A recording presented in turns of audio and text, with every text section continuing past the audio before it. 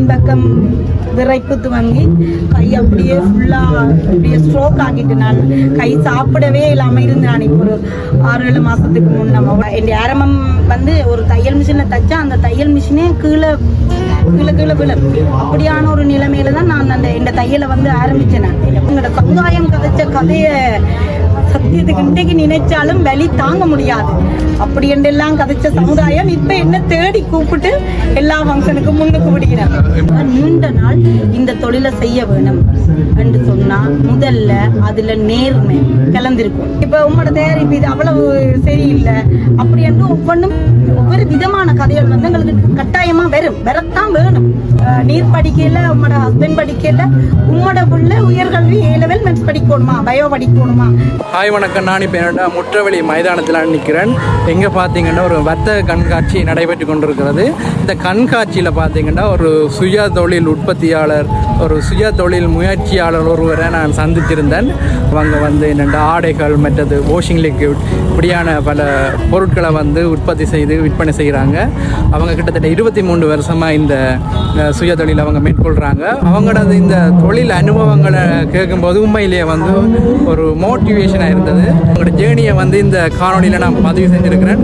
இந்த வீடியோவை முழுமையாக பாருங்கள். என்னுடைய யூடியூப் சேனலை சப்ஸ்கிரைப் பண்ணி சப்போர்ட் பண்ணுங்கள். வாங்க வீடியோக்குள்ளே போகலாம்.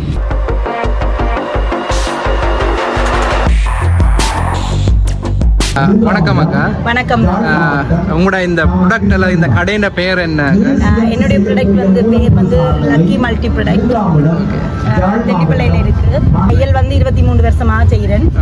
லிக்விட் வந்து இப்போ கனகாலமாக செய்கிறேன். இது என்ன லிக்விட் அக்கா? Washing liquid. இப்படி ஒரு சுயதொழில் செய்யணும்ன்ற எண்ணமே உங்களுக்கு வந்தது? ஒவ்வொரு பெண்கள் இப்போ எங்கள் கூடுதல் 90 விதமானது பெண்கள் தான் வியாபாரம் செய்து கொண்டிருக்கிறோம்.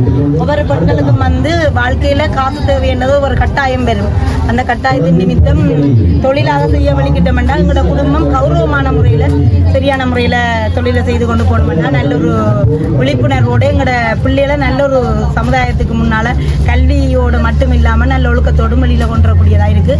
உண்மையிலேயே அந்த வழியில் நான் கொண்டு வந்து உண்மையால ஒரு பெருமையை தேடி வச்சிருக்கிறேன். ஆரம்பிச்சு எவ்வளோ காலம்? 23 வருஷம். ஓகே. உங்களுக்கு யார் சப்போர்ட்டாக இருந்தது? கடவுள்லாம் சப்போர்ட்.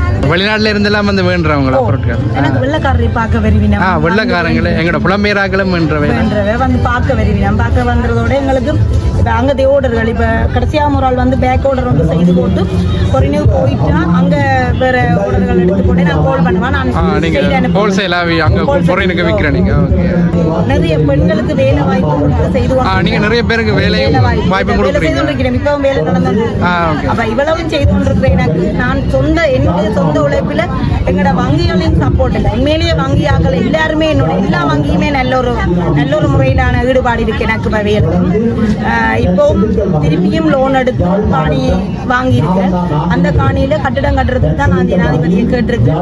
அநேகமாக ஜனாதிபதி மட்டுமல்ல, எனக்கு இந்த வீடியோ கிளிப் பார்க்குறவே அந்த காணியில் அந்தளவு பெரிய கட்டிடம் கட்டி நிறைய பெண்களுக்கான வேலை வாய்ப்பை கொடுக்கணும்ன்ற ஒரு பெரிய லட்சியத்தோடு இருக்கிறேன். இப்போ செய்து கொண்டிருக்கிறத விட பெரிய அளவில் செய்கிறதுக்கு நிறைய பேருக்கு சப்போர்ட் கிடைக்கும்ன்றதை எதிர்பார்த்த வண்ணம் இருக்கிறேன். அந்த கட்டிடம் வந்து எனக்கு சொந்தமாக இல்லாமல், நான் சொந்த காணி தான், சொந்தமாக இல்லாமல் நிறைய பெண்களுக்கு வந்து வேலை வாய்ப்பை கொடுத்து அவையிலிருந்து ஒரு சந்தோஷமான ஒரு இடமாக, அதாவது வந்து அவையின் டைமுக்கு ஏற்ற மாதிரி வந்து வேலை செய்து அவர்கள் அந்த காசை கொண்டு போய் தங்களோட குடும்பத்தை முன்னுக்கு கொண்டு வரணும் ஒரு துறையில தான் நான் இப்ப செயற்பட்டு கொண்டிருக்கிறேன். இறைவன் துணையுடனே நல்ல மாதிரி நடக்கும் என்றதை எதிர்பார்க்கிறேன். எந்த இடமாக்கா நீங்க? யாழ்ப்பாணம் தெல்லிப்பளை. இப்ப நீங்க வந்து 23 வருஷமா இந்த தொழிலை செஞ்சு கொண்டு இருக்கிறீங்க, சுய தொழில. அப்ப நீங்க வந்து இந்த தொழில் ஆரம்பிச்சல இருந்து இப்ப வரைக்கும் செய்து கொண்டு போய்க்கல நிறைய சவால்களை சந்திச்சு இருப்பீங்க. சில சமயங்கள்ல அந்த அப்படியான ஒரு பிரச்சனைகள் அல்லது சவால்கள் வரும்போது இந்த சுயதொழில விடுவோமோன்ற ஒரு எண்ணம் கூட வந்திருக்கும். அப்படியான சந்தர்ப்பத்தில் அப்படியான சூழ்நிலைகளை எவ்வாறு ஓவர் கம் பண்ணி வந்து நீங்க? எப்படின்னு சொன்னா இப்ப சாதாரணமா நாங்க ஒரு தையல் மிஷினே என் ஆரம்பம் வந்து ஒரு தையல் மிஷினில் தைச்சா அந்த தையல் மிஷினே கீழே விழும். அப்படியான ஒரு நிலைமையில தான் நான் இந்த தையலை வந்து ஆரம்பித்தேன். என் குடும்பம் அவ்வளவு சுமையில் இருந்தது, அதில் தான் நான் ஆரம்பித்தேன். அந்த தையல் மிஷினில் தைக்கல நான் உண்மையிலேயே என் மனசில் நினைச்சது இந்த தையல் இயந்திரத்தை ஒரு பெரிய கட்டிடமாக கட்டி தையல் இயந்திரங்களையும் பெரிதாகி கொண்டு வந்து அவ்வளவுத்துக்கு செய்யணும்னு நான் 23 வருஷத்துக்கு முன்னே நினைச்ச ஒரு வேலை. ஆனால் உண்மையிலேயே வந்து அந்த எங்களோட சமுதாயம் என்றது நிறைய விதமான கல்லறிகள், அது சகிக்கவே முடியாது. பொம்பளை பிள்ளைகள் படிப்பிக்க வேணும், அப்ப பிள்ளைகளை வழியில கொண்டு போகணும். எங்களோட தொழில் அதாவது மூலப்பொருள் எடுக்க வேணும், விற்பனைக்கு சந்தைகளுக்கு கொண்டு போகணும், எல்லாமே செய்து கொண்டிருக்கிறதுல எங்களோட சமுதாயம் கதைச்ச கதைய சத்தியத்துக்கு இன்றைக்கு நினைச்சாலும் வலி தாங்க முடியாது. எங்களோட சமுதாயம் ஏன் அப்படி இருக்குதுன்றது உண்மையிலேயே விளங்கல. எப்படின்னு சொன்னா ஏதாவது ஒன்றுக்கு நாங்கள் போனா கொஞ்சம் பிந்தும் முந்தும் டைம், இதுவே நான் தனியாகவும் தெரியவே இல்லை, மேக்சிமம் பிள்ளைகளோட தான். அப்போ பிள்ளைகளோட வெளியில போய் வர்றது கூட உண்மையிலேயே இவ பிள்ளைகளை படிப்பிக்கிறாவோ இல்லை உண்மையிலேயே சாமான் தான் வேண்ட போறாவோ அப்படி என்றெல்லாம் கதைச்ச சமுதாயம் இப்ப என்ன தேடி கூப்பிட்டு எல்லா ஃபங்க்ஷனுக்கும் முன்னுக்கு விடுகிறார். இப்ப எல்லாருக்கும் ஒரு ரோல் மாடலா வந்துட்டீங்க. ரோல் மாடலா வந்துட்டேன். நீங்க வந்து 23 வருஷமா இந்த சுய கைத்தொழில செய்கிறீங்க.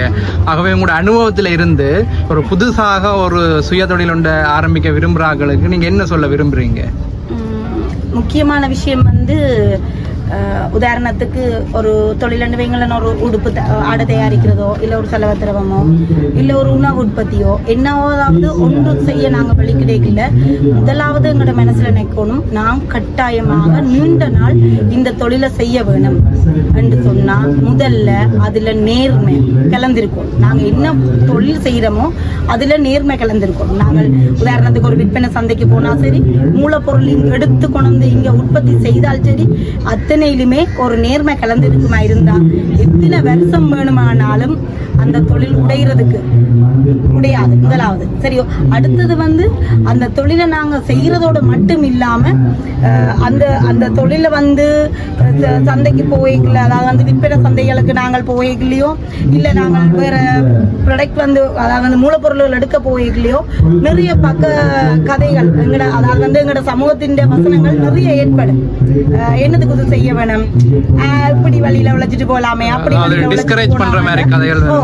இப்ப உங்களோட தயாரிப்பு இது அவ்வளவு சரியில்லை அப்படி என்று ஒவ்வொரு விதமான கதைகள் வந்து எங்களுக்கு கட்டாயமா வரத்தான் வேணும். வந்தாத்தான் என்னுடைய அனுபவத்தை வச்சு சொல்றேன், நிறைய அதாவது வந்து பக்க சார்பாலே அடி விழுந்தாத்தான் நாம ஸ்ட்ராங்கா நின்று கொண்டு இவ்வளவு முன்னுக்கு வரலாம்ன்றது நிஜமான நடைமுறையில காட்டலாம். ஏன்னா அவ்வளவோ துன்பதுக்கு அதாவது வந்து பிரத்தியாக்கள்ன்றது ஒரு பக்கம் இருக்க உரிய உறவுகளாலேயே நான் பிள்ளைகளை உயர்கல்வி கூட படிக்க உங்களோட நீர் படிக்கல, உங்களோட ஹஸ்பண்ட் படிக்கல, உங்களோட பிள்ளை உயர்கல்வி A level மேத்ஸ் படிக்கணுமா பயோ படிக்கணுமா என்ற சமுதாயத்துக்கு மத்தியில இன்றைக்கு என்ன பிள்ளைகள் ஒவ்வொரு பிள்ளையும் இருக்கிற தரம் உண்மையிலேயே பெருமைப்படுவேன். நான் அந்தந்த வயதுக்கு என்னென்ன செய்யணுமோ அவ்வளவும் நான் செய்து கொடுத்து திருப்தியோட இருக்கிறேன். அதோட நான் அவங்க இன்ஜினியரா இருக்கிறாங்க இல்ல, இப்ப வந்து யூனிவர்சிட்டி கிடைச்சு நான் கல்யாணம் கட்டி கொடுத்து இப்ப வந்து அவ சார்ட்டர்ட் முடிச்சு கன்வெகேஷன் முடிச்சு இது WIT கன்வெகேஷன் முடிஞ்சு சார்ட்டர்ட் செய்து கொண்டிருக்கிறான். அதோட உண்மையிலேயே இன்னொரு ஆம்பளை பிள்ளைக்கு கல்யாணம் நாங்க பேசி செய்து கொடுத்தோம். ஒரு நல்ல ஒரு வாழ்க்கை பிள்ளைக்கு அமைஞ்சது. நீங்க இப்ப 23 வருஷமா கைத்தொழில் செய்யறீங்க. இப்ப அந்த 23 வருஷத்துல தொழில் ஆரம்பிக்கலையே உங்களுக்கு சக்சஸா வந்துச்சா, இல்லாட்டி ஏதாவது தோல்விகள் அப்படி வந்து அதுல இருந்து மீண்டெழுந்து இப்படி ஒரு சக்சஸான இடத்தை வந்து அடைஞ்சினீங்களா? எப்படின்னு சொல்லிச்சுன்னா எல்லாருக்கும் தொழில் துவங்கிக்குள்ள தொழிலாளர் நட்டம் போய்தான் பிரச்சனை வரும். எனக்கு வாழ்க்கையே நட்டம் போய்தான் நான் இந்த தொழிலையே ஆரம்பிச்சேன். நான் அதுல உண்மையிலேயே எனக்கு இவ்வளவு காலமும் தொழில் என்றது வீழ்ச்சி என்றதே இல்லை. ஆனா எந்த ஒரு நாட்டில நடக்கிற ஒவ்வொரு சம்பவமே ஒவ்வொருத்தருக்கும் அவ்வளவோ பெரிய நட்டத்தையும் விளைவையும் கொடுத்தது உண்மைதான். நான் அந்த விஷயம் எல்லாத்திலும் சக்சஸா போய் கடைசியா எனக்கு சில சம்பவங்களால நடந்த வேதனையும் சோதனையும் கை அப்படியே பின்பிரடி ஒரு ஸ்டோல்ல நிக்கலையே, இதே மாதிரி ஒரு விற்பனை சந்தையில நிக்கலையே பின்பக்கம் விரைப்பு துவங்கி கை அப்படியே ஃபுல்லா அப்படியே ஸ்ட்ரோக் ஆகிட்டு நான் கை சாப்பிடவே இல்லாம இருந்தேன். இப்போ ஒரு 6-7 மாசத்துக்கு முன்னம் அவ்வளவு கடுமையான ஒரு சூழ்நிலைக்கு ஆளாகி இவ்வளவு செலவழிச்சு தான் இன்றைக்கு நான் உண்மையிலே என்ன சொல்றேன் நல்ல ஒரு நிலைமைக்கு இருக்கிறேன். இப்பவும் எனக்கு தலைவரைப்பு இருக்குதுதான், இருந்தாலும் அந்த என்ன சொல்றது நான் சந்திக்காத ஒரு துன்பம் வேண்டா இந்த கை தாக்கப்பட்டதுதான். இந்த ஒழுங்கான உடுப்பே போட்டு இதெல்லாம் இல்லாம சரியான கஷ்டப்பட்டேன். நான் இன்னைக்கு அதுல இருந்து கொஞ்சம் ஓரளவு நிமிந்துட்டேன். எனக்கு இருக்கிற மனவேதனை, நான் இவ்வளவுத்துக்கு போராடி இத்தனை வருஷம் நிலைச்சு நான் ஒரு வெற்றியா என்னுடைய பிள்ளைகளை ஒரு வெற்றியா கொண்டு வந்தேன். இன்னைக்கு என்னோட சேர்ந்து நிறைய பேர் நேற்று ஒரு சந்தையில இப்படி ஒரு எக்ஸிபிஷன்ல நேற்று முந்தின நாள் நின்றனால் அந்த இடத்துலயே எனக்கு எத்தனையோ அம்மாமார் வந்து கேட்டது, உங்களோட சேர்ந்து தொழில் செய்ய எங்களுக்கு விருப்பமா இருக்குது, உங்களால எங்களுக்கு என்ன மாதிரி செய்யக்கூடிய வாங்கும் இருக்கிற இடத்துல வச்சு தாராளமா என்னால ஆன உதவி செய்ய வேண்டிய. எனக்கு வந்து அம்மாக்கள் தொழில் செய்ய வேணும், அதற்கான காரணம் வந்து அம்மாக்கள் சரியான முறையில தொழில் செய்தாத்தான், அதை முயற்சி செய்து ஒவ்வொரு உற்பத்தியில செய்தாத்தான் எங்கட பிள்ளைகளை நாங்கள் முன்னுக்கு கொண்டுலாம். இப்போ உதாரணத்துக்கு ஒரு அம்மா வந்து தொழில் செய்யறான்னா அவட பிள்ளைக்காகத்தான் அதை செய்வான். அதை செய்தான்னா கட்டாயம் உண்மையிலேயே ஒரு எதிர்கால சந்ததியை நல்ல முறையில வளர்க்கறதுக்கு எங்களோட தொழில் முயற்சியாளர், அதுவும் முக்கியமாக பெண்கள் தொழில் முயற்சியாளர்கள் முன்னுக்கு வந்தா சமுதாயமே, அதாவது வந்து நாடே முன்னுக்கு வருமென்றது எனக்கு அதுல பெரிய ஒரு நம்பிக்கையே இருக்கு. நான் என்ன வச்சுதான் சொல்றேன், எல்லாமே உண்மையான நம்பிக்கை இருக்கு. ஓகே ஓகே அம்மா, உங்களோட அனுபவங்கள் வந்து நிறைய பேருக்கு ஒரு தன்னம்பிக்கையை வளர்க்கும் என்று நானும் நம்புறேன். நன்றி. நன்றி. இந்த வீடியோ பிடிச்சிருந்தா லைக் பண்ணுங்க, ஷேர் பண்ணுங்க, மற்றது என்னுடைய யூடியூப் சேனலை சப்ஸ்கிரைப் பண்ணி சப்போர்ட் பண்ணுங்க. மீண்டும் ஒரு காணொலியில் சந்திப்போம். நன்றி, வணக்கம்.